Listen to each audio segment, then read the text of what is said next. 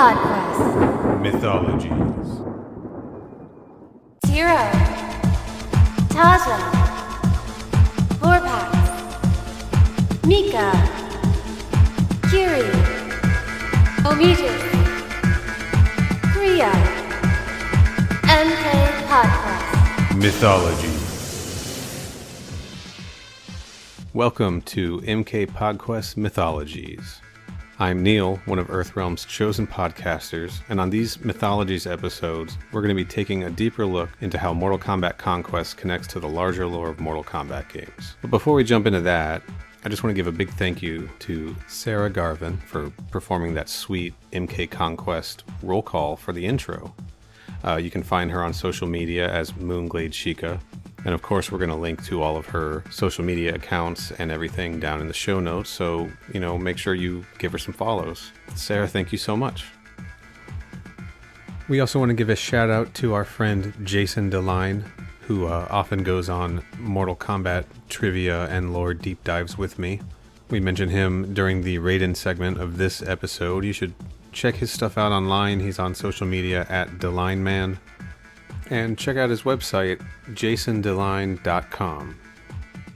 Okay, so in this episode, we dig into all things Scorpion and Takeda, some trivia on Rayden's name, a lot of talk about the Sega Saturn game Fighting Vipers, and the Kingdom Hearts series naming conventions. So, yeah, it's a weird one. Anyway, let's get into it. Mythology. Welcome to MK Podquest Dream Drop Distance. Yeah, 358 over 2 days. That's a good intro. Let's go with that. Cross. Is it Key or is it Cross? We don't know. HD remix. Which Mortal Kombat character is Sora? Mickey Mouse is definitely Striker. Sora would be Shujinko. That's a bold choice. Because they wanted him to be the protagonist, but you never really bought it. Right. Goofy is Kung Lao. Video game Kung Lao. Yeah, Kung Lao is definitely Goofy. Donald Duck is Shang Tsung, clearly. Yeah. Right. And Pete is Quan Chi. Kairi is Jen from the TV show because she's given nothing to do. Kairi is Jen, for sure. And who is the... Raxel? Is that right? Nope, Raxel's a character from Fighting Vipers. Who am I thinking of? There's a lot of X names in Kingdom Hearts is the thing. Zemnis. When you sit down to play Kingdom Hearts 2 for the first time... There's Axel. Are you thinking of Axel? I think so. Is that who you are stuck playing as for like 5 hours at the beginning of that game? I have no idea. I have a roommate who, if he heard us doing this, would be spinning in his grave prematurely because of all the Kingdom Hearts stuff we might be getting wrong. But I don't know if you ever play as Axel. I played 1 and 2, so it's been a long time. Actually, one sec. Let me try something. So, who is it? The character that you play as at the beginning of Kingdom Hearts for 5 hours? At the beginning of Kingdom Hearts 2. Okay, one sec. You skateboard? You what? There's also a skateboarding part of that. Okay, one sec. Keiki. Hey. Kingdom Hearts question. What up? So Kingdom Hearts 2. Yeah. Is there a character that you play as at the beginning of that game that's not Sora? Yeah, that's Roxas. It's Roxas! Over this? No, we have, but Neil couldn't remember the name Roxas, and the way he said it, I thought he meant Axel. And I'm like, you don't play as Axel. No, Axel is Roxas's friend. Axel is Roxas's friend. Roxas. Neil, I don't know if you can hear me yet, but it's Roxas. I can hear you. So I took Axel and Roxas. Keep all this in. It's Roxas. So I combined Axel and Roxas into one character. Into one man. Named Raxel. Into Roxel. Who's the electronic guitar rock star fighter from Fighting Vipers on the Sega Saturn, which is really on brand for Raxel me. is the name of my Sonic OC. He's probably styled after Raxel from Fighting Vipers. There's a lot of that in the community. Anyway, yeah. Not that I'm a part of it. And also he wears really big gloves. Not that I'm a part of it or anything. Huge gloves. So, funny you say that. All right, we're going to go deep. So there's a character in Fighting Vipers named Honey. Named Honey? In the US, she was called Candy, and she's like a lady fighter. And when they were making Fighting Vipers, the programmers thought it would be fun to put Sonic and Tails in the game as fighters. They're not playable. You can play them with, like, if you hack it, but it gave them the idea to make a game called Sonic Championship or Sonic the Fighters, a Sonic fighting game using the Fighting Vipers engine. Oh, is it that GameCube game that sucks? It is on Sonic Gems collection on the GameCube, and it rules, so watch your mouth. But there's a hidden character. You're the first person I've ever heard say that. There's a hidden character in that game that is Honey the Cat, which was a Fighting Vipers character turned into a Sonic character that you can't actually play as without, like, breaking the game, you know? Like, so there's precedent for a Fighting Vipers character to be turned into a Sonic OC. It's canon. That's all. I don't think this is going to make it into the episode. Speaking of things that are real life canon, This is going to make it into the episode. You saved it. we are about to learn that there is no knowledge that is not power. Is that what this is called? Smooth, yes. There is no knowledge that is not power. Episode 2.1 remix, chopped and screwed. Final HD remix 358 days over 2. Welcome back. And Neil is what he's going to do is he's got a bunch of information relating to all sorts of things. Yeah. Like Rayden and Scorpion and apparently Sora and Fighting Vipers and also Roxas. And what he's going to do is he's going to run me through a whole bunch of extra informational goodies and tidbits. And by the end, you, dear listener, and also me, Corey, should be more powerful than ever because we have learned so much. That's it. It's all about increasing our power, according to Mortal Kombat 3 rules. So, yeah, I think we'll kick things off. We just finished talking about Warrior Eternal Part 1 and 2, the Scorpion episodes of Mortal Kombat Conquest. And I dropped his name in the first episode, but we got to give him a little bit more credit here. Scorpion was played by Chris Casamassa. That name might be familiar to some people because in addition to playing Scorpion on this show, he was also the guy who played Scorpion in the Mortal Kombat movie, which is pretty rad. He came back for the role. He didn't play him in Mortal Kombat Annihilation. He just played him in the first one. He managed to escape Mortal Kombat Annihilation. Yeah, and then he returned for the show, which is definitely a jump in quality over Annihilation. Like, already you can tell. The objectively correct character choice. Yeah. Or career choice. Yeah. So he's a trained martial artist. He runs a martial arts school. His earliest role, he was an uncredited tournament guest in the original Karate Kid movie. Ooh. So he's been, like, doing this his whole life. Do we know what side he was on? He likes black and yellow, so my gut says Cobra Kai. Yeah, I feel like he was Cobra Kai. Yeah, for sure. 100%. They should bring him into the fucking TV show, the Cobra Kai TV show. I wouldn't be surprised, actually, if he did some work We're on it. bringing them all back. Because he does a lot of work, you know, martial arts work, acting work, things like that. He was on this show. Did you ever hear of this show called WMAC Masters? No. What? Yeah. What could those letters possibly mean in that order? World Martial Arts Championship. It was this crazy show. I guess it lasted for 2 seasons. It was hosted by Shannon Lee, who's Bruce Lee's daughter. And it was basically like Mortal Kombat inspired martial arts show in the style of pro wrestling. So you've got all of these different fighters from these different schools facing off against each other and also against, like, nameless bad guys. But instead of being in, like, a ring, it was in like a set. Right? So they'd be, like, going through, like, a deserted town or a temple or something, and they'd be sparring. It was a wild show that I just barely remembered existed. One of those things that, like, you can't really confirm until you see it on the internet. Yeah. Yeah. This sounds like it has the structure of a game show for kids, but it features professional martial artists. Yeah, it was definitely capitalizing on the Mortal Kombat trend. So it was like, if you, like... Well, it was created and produced by 4Kids Productions, so yeah.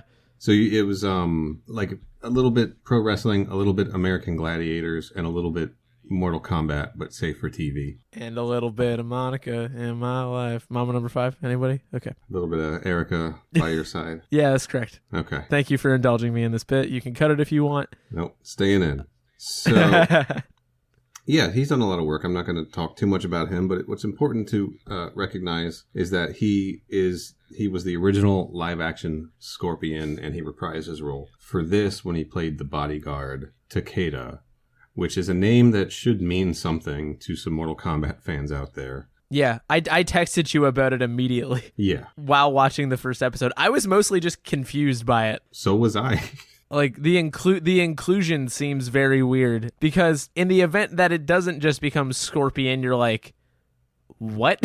Yeah. Because they know what they're doing. Like, they know that they're dropping a name, but, like, to what end? This Scorpion's a little different than how we've seen him in the games, right? Like early on in the games, he was just this like vengeful hellspawn ninja who was killed by the first Sub-Zero, right? That's Bihan, Yeah. and is now like back at the tournament, at the first Mortal Kombat tournament, to fight him and get vengeance. So Yeah. early versions of him didn't have any kind of any more of a backstory than that. They didn't give him his real name. His name and his original name in the manuals was listed as unknown. And his occupation was listed as revenge. Which is so funny. Oh my god. And the one detail they did give us as to why he's dressed exactly like Sub-Zero, except yellow, was that, you know, Sub-Zero had been established as a Lin Kuei warrior, and Scorpion was wearing a yellow version of the Lin Kuei uniform in order to essentially call them cowards. That classic bit. His fit was an insult to their honor. Yeah. Yeah, what up? You really showed them, Scorp. Got him. Bodied. Yeah, so as the games go on, you know, they develop Scorpion's backstory. We find out that he was Hanzo Asashi, Shirai Ryu assassin who was killed by Bihan and trying to get revenge, etc., etc. Murdered an animated duck that one time. Yeah, he killed Daffy Duck at the beginning of Scorpion's Revenge. Oh, do you know why? I just figured out why he killed Daffy Duck. Why is that? Because he fucking loves Kingdom Hearts. I didn't see that coming. He's a Donald Duck stan, and he fucking loves Kingdom Hearts, dude. Get the fuck out of here, Daffy. You piece of shit. You would never once, not once in your life, let your heart be your guiding key. Not once. I think you cracked it. Okay. So. Somebody call the games press. This is fucking important. Right. Yeah, never mind the fact that I think WB Games still owns Mortal Kombat, right? So. Who cares? They don't This is own urgent business. Nobody can own Scorpion's heart. They don't own Scorpion. I was literally about to say exactly that because he loves Kingdom Hearts. He wants to eat some of that blue ice cream. All right. I thought we didn't want this to take all day. Watch out for digital Scorpion. Okay. No, it's data Scorpion. Shit, whatever. You get it. This is 100% on you that we've gone 15 minutes so far. This joke was so important. Are you kidding me? I had to make that joke. All right. Fuck you. So later on in the game series, You're keeping that in, Neil. I'll keep most of it in. You got to keep the Kingdom Hearts bit in, please. Okay. All right. I think the joke is funny. Maybe not all of it, but I think a lot of it's pretty good. Anyway, I'm going to let you continue now so we're not here for 8 hours. We're going to lose our 7 listeners. But we're going to gain all the Kingdom Hearts stands. Yeah, we'll definitely put Kingdom Hearts in the description. We'll drag a few of them in. So, anyway. Mortal Kingdom Hearts Conquest. Yeah, that's it. That's the show now. Forever. We're going to make our own fan characters. Simple and clean. I get it. Like the theme, like the Kingdom Hearts theme. Look at you. Just a very delayed, I get it, is so funny. Oh, that's so good. I was taking a sip of rye because I needed to get through this. Because I need to get through this. Yeah. All right. Oh, that's a good bit. So fuck.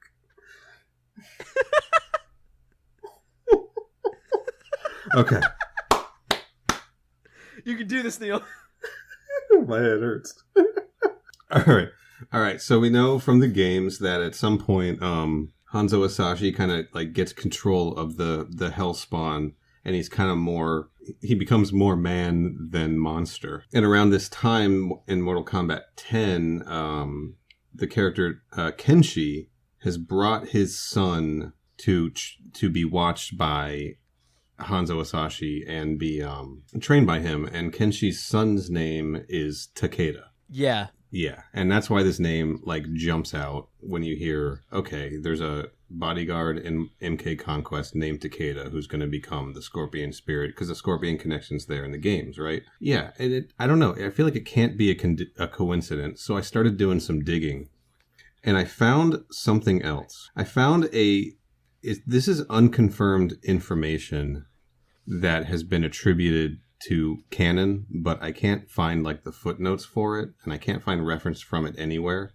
That supposedly the official history of the Shirai Ryu in the Mortal Kombat universe is that it was started by a man named Takeda who had been a member of the Lin Kuei. So he had kind of, been a student of the Lin Kuei, I think a couple other martial arts ninja assassin clans, and had kind of stolen all of their information to start a new school called the Shirai Ryu. And that apparently this is the history of the rivalry between the Lin Kuei and the Shirai Ryu. Now, I can't find any like concrete canon game manuals or dialogue in any of the video games that confirms this, but that's been put out there on multiple places. You can find it on like the Mortal Kombat wiki site. You can find it mentioned on a few others. If you look up the character Takeda on the Conquest wikis, they reference this same detail.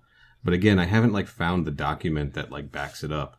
So either like that's something really early that just hasn't been archived, or maybe like the character Takeda, maybe it was a reference to that rumor, kind of like how like Akuma in Street Fighter was born out of a rumor of a hidden character named Shenlong, and Capcom kind of took that idea and was like, well, let's actually do that, right? Yeah, my gut check tells me that that's probably not right in any actual official capacity, though it may well have been true at some point. You know what I mean? It may have just been like old canon, right? Like yeah. Because things have definitely changed over the years, of course, and there's been plenty of universe resets where they changed minor details here and there, but it was a pretty interesting find. Totally. And maybe just Takeda Takahashi in MK10, maybe he was named that to reference this kind of old rumor or this old idea. I did a little bit more digging. I went through the Jeff Rovin Mortal Kombat novel from 1995, which is unattached to like any other like not like movies or comics or games or anything, just like its own thing, and that gives a very different Scorpion origin story that doesn't like corroborate this one. I'm not going to go into it because it's wild. It's just, I think it's a son who's then possessed by his dad's vengeful spirit or something like that. Oh shit, save that for a different Knowledge is Power or whatever the show is called. I already forgot. Yeah, but no one in that's named Takeda, so it doesn't really relate to this. But yeah, I don't know. I just thought that was interesting. This name has been tied to the Scorpion character like before Conquest was around and before Mortal Kombat 10 was a thing. Yeah, I think that's cool. And then if I understand correctly, we've also got some Rayden information. Yeah, there's a big controversy that's come up multiple times in the Discord, even I think that we're members of the Mortal Podcast Discord. Did you turn the captions on at all when you were watching this show when we were watching Conquest? No, I probably should have, seeing as I know what this is about and I never checked. But please enlighten me. So if you turn the subtitles on for like the Mortal Kombat movie or, Annihilation or Conquest, every time someone says Rayden's name, it's spelled with a Y. And the official like canon spelling of Rayden's name is with an I, Raiden, right? Yeah. But the movies always spell it, and the show spells it Rayden, Rayden. And there's been this big disconnect about why did this happen? Did they just get it wrong? Did they think it should be this other thing or whatever? And did some more research. I checked some sources here because that's what I do. I'm a Mortal Kombat detective, apparently. Archivist, scholar, connoisseur, aficionado, expert. Actually, I need to give a shout out. Carpenter. I need to give a shout out to Jason DeLine because he and I were definitely talking about this a lot in the Discord. Friend of the show. Friend of the show, Jason DeLine. I want to make sure. Friend of both shows. He gets credit too. So he confirmed for me that in the arcade versions of Mortal Kombat 1, 2, etc., it's always been spelled Raiden. But I popped in my own collection because I own like all the games. And if you play any of the old games, if you play Mortal Kombat 1 through 3, well, I guess he wasn't really in 3. So like 1 through Trilogy, Rayden is always listed in the home console versions as Rayden. They changed the spelling specifically for the home ports, but not in the arcade version. Okay. So the reason they did this is there is another video game series called Rayden, Raiden, and it's a top-down, like, vertical shooter game, you know? Yeah, I'm familiar with those. And that was also coming out around the same time. And in Fatal Fury, another fighting game that came out in 1991, one of the sub-boss characters is a pro wrestler-looking guy, actually based on pro wrestler Vader, and his name is Rayden, Raiden. So, Well, wait, is that not a like beat 'em up though? Couldn't they have gotten away with that? no, Fatal Fury is one. You're thinking of Final Fight. What am I? Final Fight. Yeah. Yeah shit. Fatal Fury is a one-on-one fighting game with a sub-boss character named Rayden, Raiden, and it beat Mortal Kombat to the arcades, you know, by a couple years. So, hey, it's Neil, just popping in real quick to tell you I'm an idiot. I'm about to say Activision published the home versions of the original Mortal Kombat games, which is dumb because the publisher was Acclaim. So, yeah, when you hear me say Activision, just know that I meant Acclaim. Mythologies. Activision made the decision to change the spelling of the name for the home releases to kind of avoid any sort of litigation or copyright infringement. So they changed Rayden to Rayden. Then, because that became the more familiar version, because the console versions had just a lot more reach, right? Huge sales. Not everyone could get to the arcades, but everybody could get to the Sega Genesis. They kept that spelling through Mortal Kombat Trilogy. And it wasn't until Mortal Kombat 4 that they put the spelling back to Rayden, Raiden, and made it consistent. So is the only reason they didn't want to have that in the arcades was because other games included the name Rayden with an I? Yeah, that seems to be the big concern. But there are so many things that differentiate Mortal Kombat from other things that I don't know why this was seen as a problem. Well, I don't think it really was. I honestly think it was the Fatal Fury, because, I mean, even the name's similar. Fatal Fury, Mortal Kombat. Right. Even though it's not a hyper-violent game and it's not bloody, like, and the fact that it was a 2D fighting game, I think that definitely made Activision, who was publishing the home versions, be like, hey, let's just make sure, because, I mean, they were also, like, a huge hit, right? Like, yeah, more people know Mortal Kombat than know Fatal Fury, but at the time that wasn't the case, right? But it was a phenomenon. This is like that time they nearly took Reptile out of the game because because What do you got? Primal Rage is a game, and they've got dinosaurs in that. Okay, Primal Rage. Just like Reptile. Primal Rage came after, so. I know. I just had the thought. I'm like, I need to get this joke out. But I'm bringing these jokes to the game master, and you know all the game history, and I'm gonna look like a big maroon. No, I actually props to you for making a Primal Rage reference. So I think You got it, bud. Yeah. Know your audience. Stay tuned for Primal Rage Cast. Metal Slug Cast. Yeah. So I think because the home console versions were the most widely known versions of Mortal Kombat 1 and 2, when it came time to do the movies and do any kind of licensed media, they were just like, we're going to use the Rayden spelling because that's what people know, right? So I looked through the Malibu comic book series, the Mortal Kombat comic book series, Yeah. Blood and Thunder. They spell Rayden with a Y in that also. And I looked through the Jeff Roven novel that I talked about earlier, and Rayden is always spelled with a Y in that too. He spelled Rayden with a Y in Mortal Kombat, the movie, in Annihilation. I didn't check Defenders of the Realms, but I'm pretty sure it's the same in that also. And that's just the way it is. Anything outside of the video game series, they spell it with a Y. Yeah, that's so weird to me because I don't know if it's just like the games I played as well. Because I'm younger, so I wasn't getting to it right away, and it was something I just kind of got to late generally. But everything it's always been Rayden with an I. Yeah. So to see it not be that, and to it very consistently not be that, is very bizarre to me. Yeah, by Mortal Kombat 4, they had consolidated the spelling in the video games so that the home version matched the arcade version, and then it became a console series anyway. So now I'm kind of at the point where I wonder if if there's any like notable characterization differences between Rayden with an I and Rayden with a Y, because obviously our TV show Rayden with a Y is like a snarky as fuck gym teacher, basically, who gives lectures. But, you know, I'd be curious to see if there's any consistency across the spellings, which, I mean, I doubt it, but... I mean, Raiden's kind of a narc in every universe.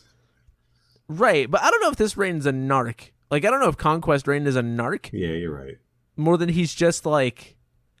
He's honestly kind of aloof, almost. Yeah. Because he's, like, very jokey. Yeah, he's doing a good... he's trying to find the sweet spot between the Christopher Lambert and...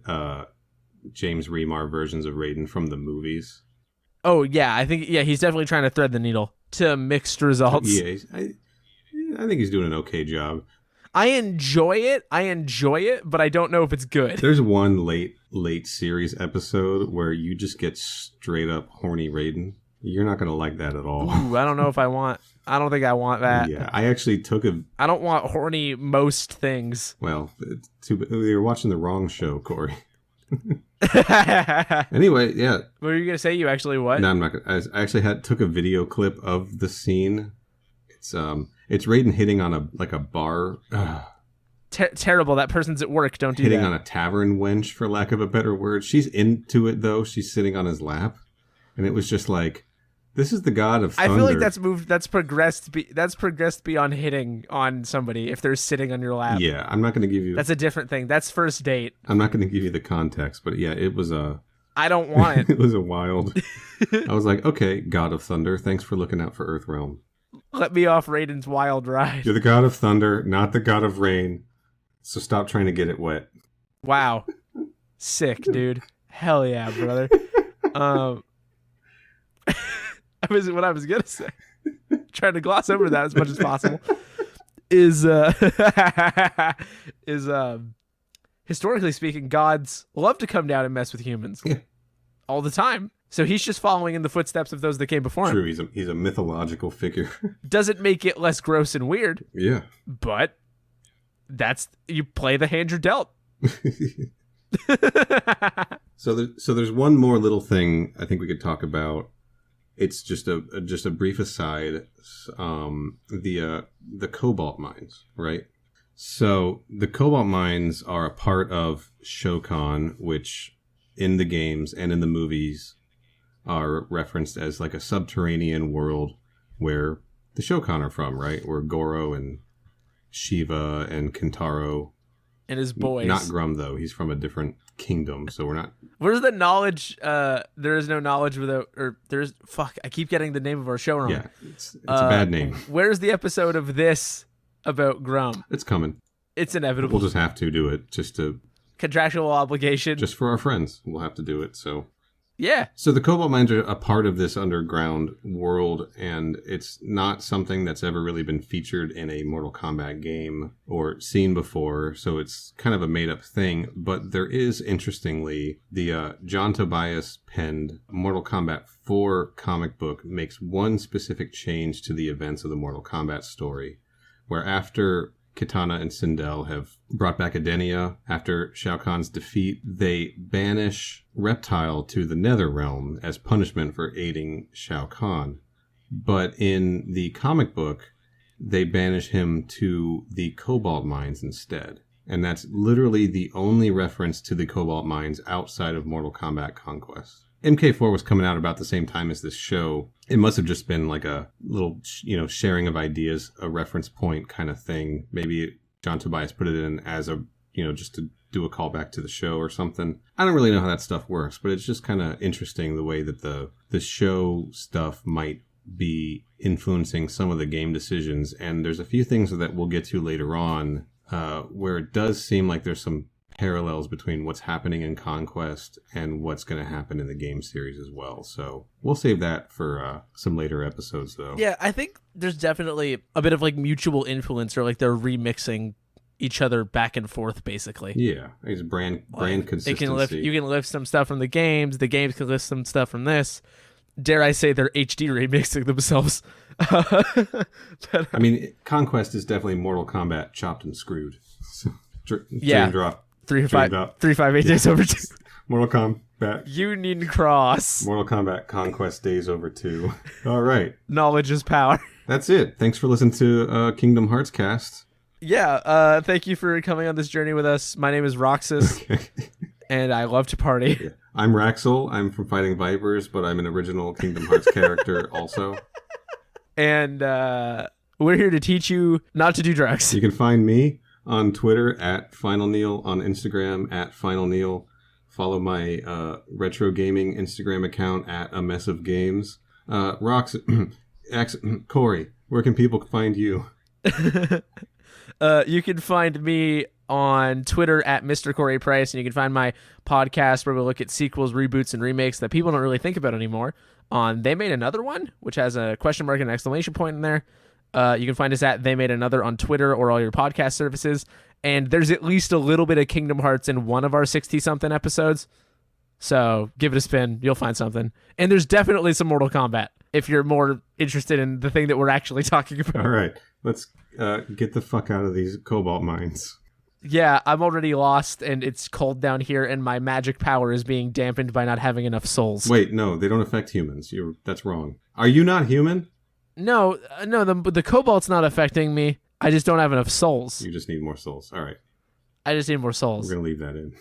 Okay. Well, we're going to go get me some souls. Yeah. It's been a trip, everybody. God bless. All right. God damn it. Please don't keep the God bless.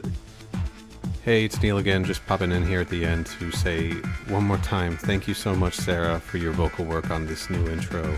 Don't forget to check her out on social media, links in the show notes.